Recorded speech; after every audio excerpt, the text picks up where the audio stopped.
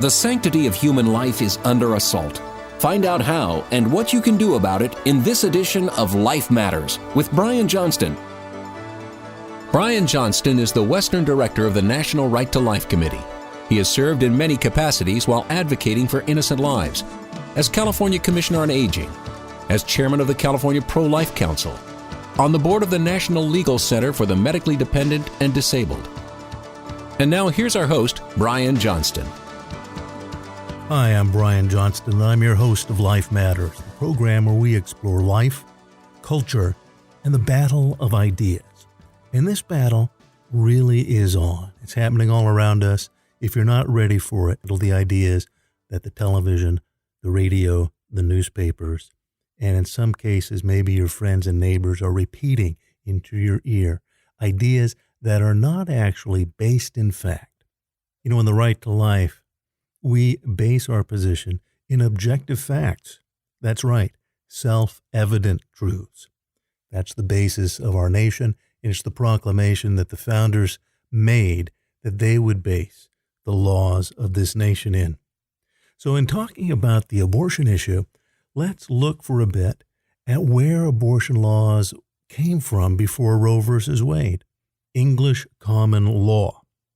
And under English common law, there were two different penalties on abortion because of the lack of understanding under common law of when life really began. It was clear that if there was movement in the womb, somebody was alive, moving, kicking, whatever it was, this was a living human being. And under common law, it was considered a felony to kill a child after quickening. Before that, they didn't really know. Science at that time under common law was not well developed. They were doing their best, but before that time, they weren't sure. In fact, there were so many theories. Some of them are humorous. Before quickening, it was actually considered a scientific theory that, well, maybe there's a little man that lives inside the sperm, and then when he meets the woman's egg in the womb, he goes to live in the womb. And they called this little man Homunculus. And I kid you not, this was actually a scientific theory because they were guessing. And go ahead and wiki that. Look that up, Homunculus. And he was considered this little guy. Well, that's not scientific fact. That was a wild guess. But they did know that there was a child moving in the womb at quickening. So that's why they had the distinction in the law. This changed during the Industrial Revolution with the invention of many devices. Probably the most powerful at that time was the modern microscope, and they actually witnessed mammalian conception. And what happened is that the British decided, and by the way, the British were really ahead of the game in many ways when it came to civil rights. You may not know that, but they banished slavery well before we did. And if you haven't seen it, I recommend a great film called Amazing Grace. It's about the parliamentary debates and efforts to bring an end to the slave trade in the UK. And it's very, very powerful. Again, I can't recommend that highly enough. And it's really very much related to our issue. Is this a human life? And why would we discard human lives if we know this is a human life? Well, what happened in 1869, because of the knowledge that had been developed about life in the womb, there was a law passed by Parliament called the Offenses Against the Persons Act of 1869, and that made all abortions felonious. And this is very important because it was recognized this is a human life that you're intentionally killing. By the way, it was not women that were punished, it was abortionists. One of the assertions of Planned Parenthood and pro-abortion advocates is that women are punished and were punished. That's not the case. That has never been the goal of the pro-life movement. And before Roe versus Wade, women were not punished. A study of over 200 years of legal history by the American Center for Bioethics concluded there's no evidence found to support the proposition that women were prosecuted for undergoing or soliciting abortions. There were no documented instances of prosecution of such women for murder or for any other species of homicide. Nor is there evidence that states that had provisions enabling them to prosecute women for procuring abortions ever applied those laws. The vast majority of the courts were reluctant to implicate women because, in a secondary fashion, they are the other victim of abortion. It was the abortionists themselves. They're the ones that were prosecuted, and they're the ones that need to be held accountable after Roe, because abortion is obviously an inherently dangerous act, specifically for the child, but also for the woman. So I recommend that you look that up. Let me give you the citation. Women and Abortion, Prospects of Criminal Charges. And that was written by the American Center for Bioethics in the spring of 1983. And you can find that in our show notes. But the origins of these laws are based way back in scientific knowledge about human life and caring for human life under the law. And that's the purpose of the law, is to protect lives. So we inherited our law from English common law. It's important to recognize that the British, using common law and using science, ensured that the child in the womb would be protected under the law. I think it's also significant that the British were well ahead of the Americans in ending slavery, and they wanted to stand up for human lives that were being thrown out. This is very significant because protection for children, vulnerable children in the womb, came shortly after protection for slaves who had been simply discarded. It's not accidental that in both cases science was the predicate, observable facts about human lives that can't be debated. These are observable, demonstrable facts. A young man at the University of Edinburgh at that time was actually from Massachusetts, a doctor, and this had a great impression on him, and we're going to talk about him, Dr. Horatio Storer, in just a moment. If you have questions or comments for Life Matters, call 800-924-2490. Give us your name and the town you're calling from and a quick question or comment. You're listening to Life Matters. Power. You're pro-life and you want to defend your position, but you're not sure what to say. That's pretty common. So get the facts you need to back up your pro-life position with the Power of 7 app. The Power of 7 gives you effective pro-life replies to 7 of the most common pro-abortion arguments. It's simple, it's easy to use, and it's free. Power of 7. Download it now at thepowerof7.org. The Power of 7, the number 7.org. And now back to more Life Matters with Brian Johnston. Hi, welcome to Life Matters. I'm your host, Brian Johnston. Life Matters deals with the right to life, with culture, and with the battle of ideas. Today, we're going to talk about a very important idea and a true fact from history that most people don't even know. We do know this, that in 1973, the Supreme Court of the United States proclaimed it didn't know when life begins. Now, that is a scientific fact, and it was very well known in 73. Nevertheless, the court said we don't know when life begins, and because the states have laws against abortion, we're going to disregard those laws. And on the basis of a woman's right to choose, the child in the womb can be disposed of at any time. It then created the trimester system. The court created the trimester system. You may not know that. And said that abortions in the various trimesters should take place in various facilities. In the late term, they had to happen in a hospital-type facility. But in earlier terms, literally, they could happen in freestanding clinics, which didn't exist at that time. Clinics that were determined to be established for abortion itself. So Roe versus Wade and Justice Blackmun, by a sweep of his pen, created the abortion clinic system we see in America, and he struck down the laws of all 50 states, which up to that time had protected children. Every state had laws regarding abortion. Some states, a handful, California, Colorado, New York, Massachusetts, had more liberal laws. That is to say, they still prohibited abortions in most cases, but allowed them in others. Typically, for example, the model in California was after 20 weeks, you could not kill that child.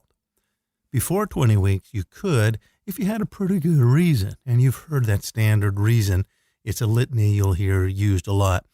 What about rape? What about incest? What about the life of the mother? What about severe fetal deformity? That standard litany was actually used in California, and you had to have one of those reasons before 20 weeks gestation. Every state had laws saying that is a human being and should be protected. Roe versus Wade struck down all of those laws. You have to understand something important. Those laws were put in place by the act of one citizen activist, one lobbyist, if you will, who took it upon himself to get other people concerned about what he knew to be facts. Who was this person? I would call him the founder of the pro-life movement. That's Dr. Horatio R. Storer. Dr. Horatio Storer lived in the 1850s, and he began his crusade against abortion as a doctor from Massachusetts. He had been trained in medicine at the University of Edinburgh in Scotland, because that was one of the preeminent medical schools of its time. Dr. Storer realized something in his studies. He focused on childbirth in his studies. And when he came back to the U.S., he continued on, and he was the founder of what we call today the specialty of gynecology. He found that in pursuing childbirth, it was very clear to him that he had two patients, two very unique patients. Now, you may not know this, but up until the 1850s, abortion was practiced in certain parts of America, and somewhat routinely and, yes, dangerously for both the child and the mother.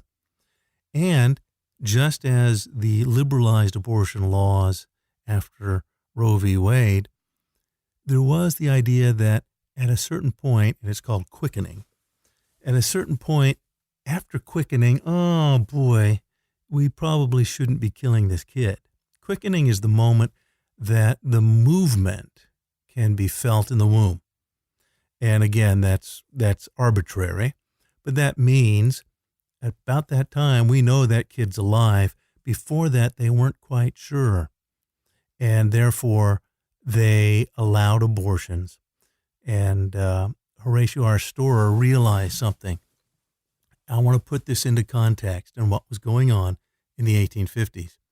When we come back, I'm going to talk about the legal significance of what Dr. Storer did to protect unborn children, how it's directly tied to slavery, and the legal significance of protecting slaves and freeing slaves under the law that Dr. Storer, once he saw the 13th Amendment pass and that the right to protection under the law was given to someone who had not been protected, he worked personally and got the American Medical Association to work to restore legal protection for those that couldn't protect themselves in the womb, the unborn child.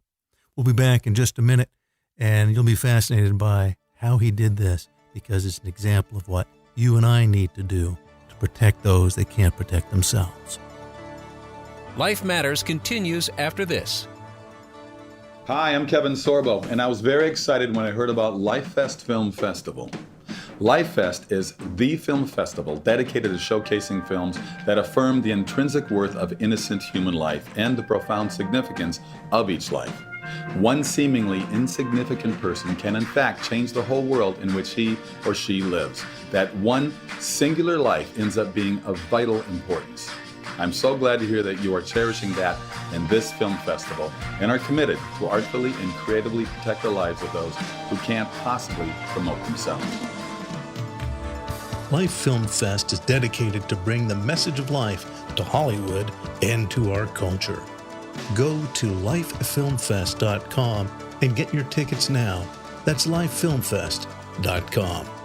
Find out about the exciting cultural change impacting Hollywood. Go to lifefilmfest.com. And now back to more about life, culture, and the battle of ideas with Brian Johnston. Welcome back to Life Matters, where we talk about life, culture, and the battle of ideas. Today we're talking about Dr. Horatio R. Storer, truly a significant individual in American history and for the battle for life. Storer lived an interesting time in history. Think about it. He was born in 1830. He died in 1922. Now, at that time of his birth, the issue of slavery was racking the nation, and it wasn't to be resolved until 1865, as you know.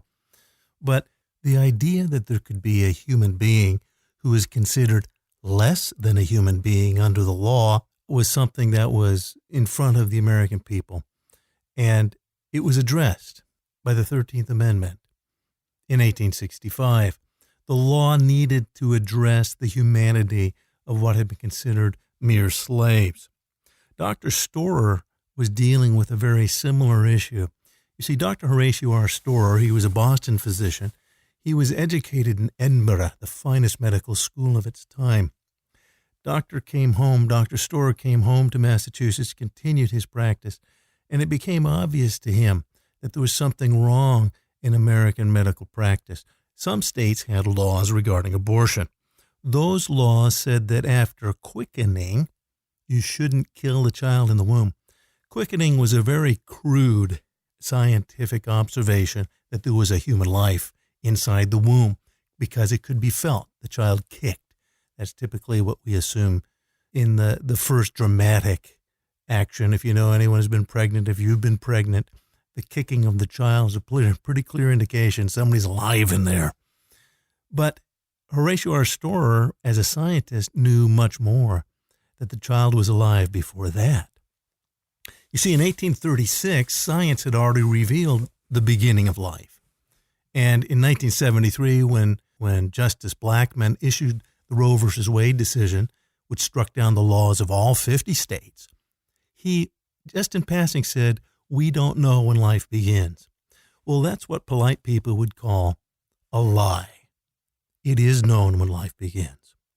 A man by the name of Thomas Berry, and he was knighted for this, he witnessed mammalian conception in rabbits, and he wrote a monograph. That monograph, it literally shook the scientific world at the time because there was no debate.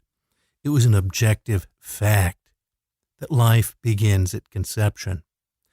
And you know that in The Right to Life, we deal with objective facts, with self-evident truths. The right to life is based on self-evident truths, that all of us human beings are created equal and endowed with rights, not by the government, but by our Creator. So we know when life began. We've known since 1836. When our hero, Horatio Storer, went to medical school, he was learning even more about the child in the womb, such that he came back and said that we have to address my second patient. Again, he was the founder of gynecology, but he recognized that his second patient was the child in the womb and that the child was even more vulnerable than the mother, and that child needed legal protection and needed to be recognized as a vulnerable human being. He saw that slaves finally had been protected under the law, and he acted to be sure that children in the womb would be protected under the law. He began his crusade in 1857, and that crusade went throughout the nation. He enlisted the help of the American Medical Association, and at that time, as a member of the AMA, he published many monographs. You're listening to Life Matters, depicting his understanding of medical science and jurisprudence of the law, and how the law was inadequate in the protection of both mother and child. And that at that time, even those states that had laws regarding quickening, those were inadequate because it was clear that scientifically this child was alive and was a human being before quickening. In other words, it isn't just late-term abortion. This is a human being, and the laws are designed to protect human beings. And if we have to right an injustice, as we did with slavery, to say that this is a human being that must be protected, we must do that for the child in the womb.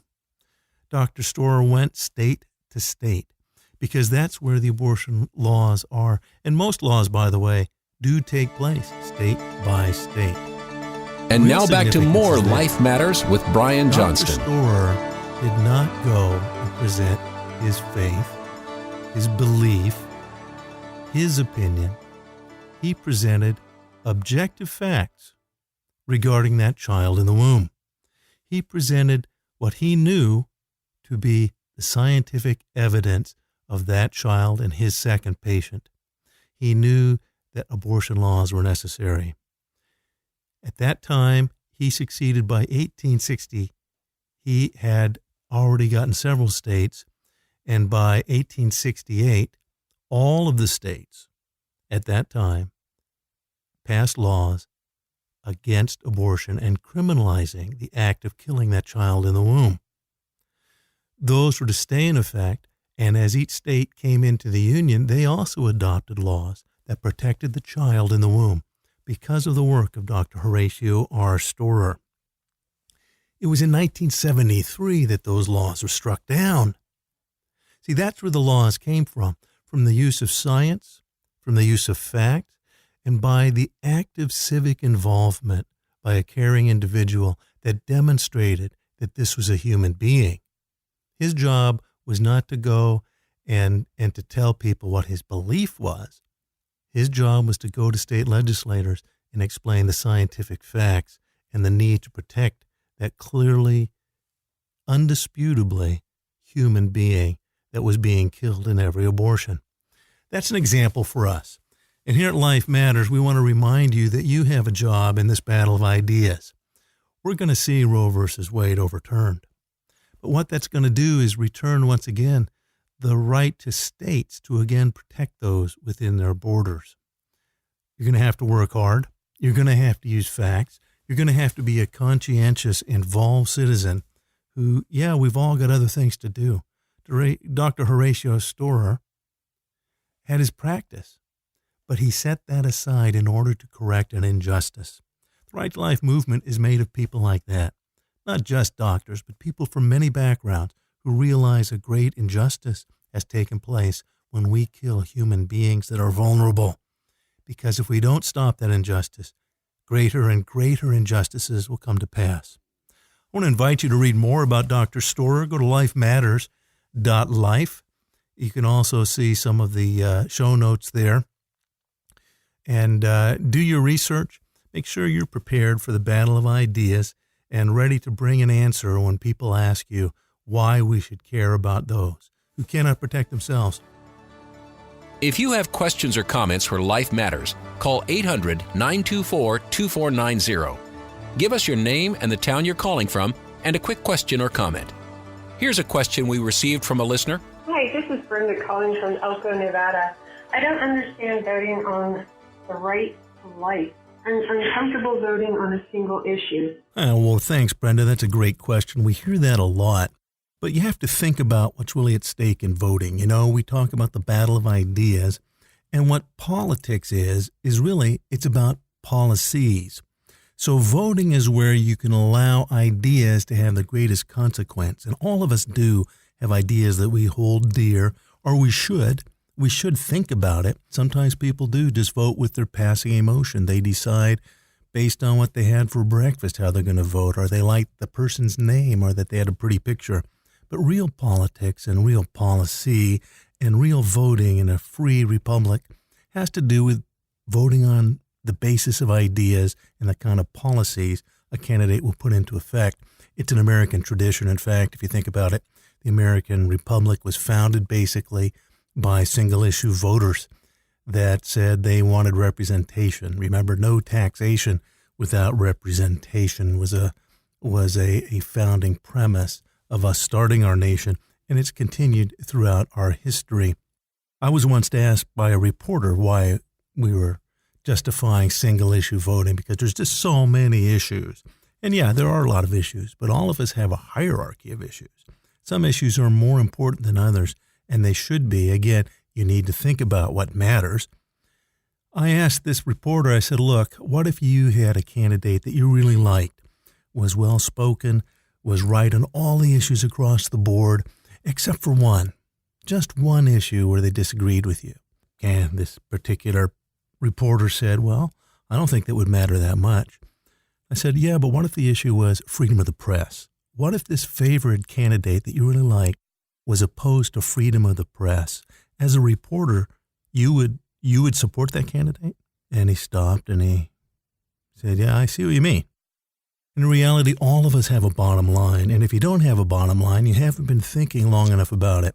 That's why in the Right to Life movement, we're made of people from across the spectrum, different faith backgrounds, different cultural backgrounds. But really what the Right to Life is a voting bloc or different people who agree that the law should protect innocent human life. Thanks a lot, Brenda. And if you have questions, feel free to call 800-924-2490 and we'll try to answer them.